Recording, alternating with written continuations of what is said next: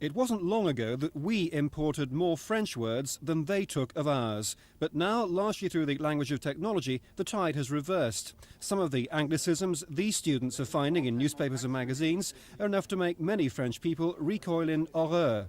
Well, I think the funniest one is le sugar daddy, which I think is quite amusing. The most interesting, I think, is the verb headbanger.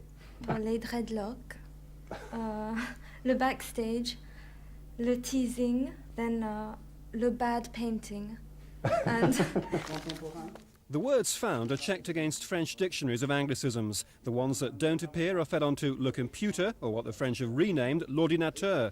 Stored on le floppy disk, the words are sent to the French Language Institute in Paris. But why recruit English students to do the work? Wouldn't the French spot the invaders more easily? French native speaker rapidly reading his newspaper to get the news perhaps doesn't focus on the language to quite an extent that a foreign reader of the newspaper will. We focus both on the content but also tend also to say, oh, that's an interesting word, I wonder if it's new.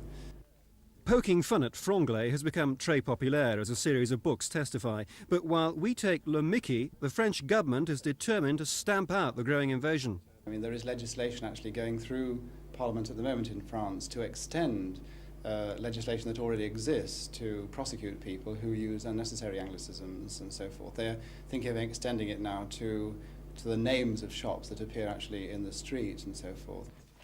So far, students at Goldsmith's have come up with 3,000 examples of franglais nouveau, and few doubt there's beaucoup more where they came from. John Andrew in Lewisham for Le Thames News.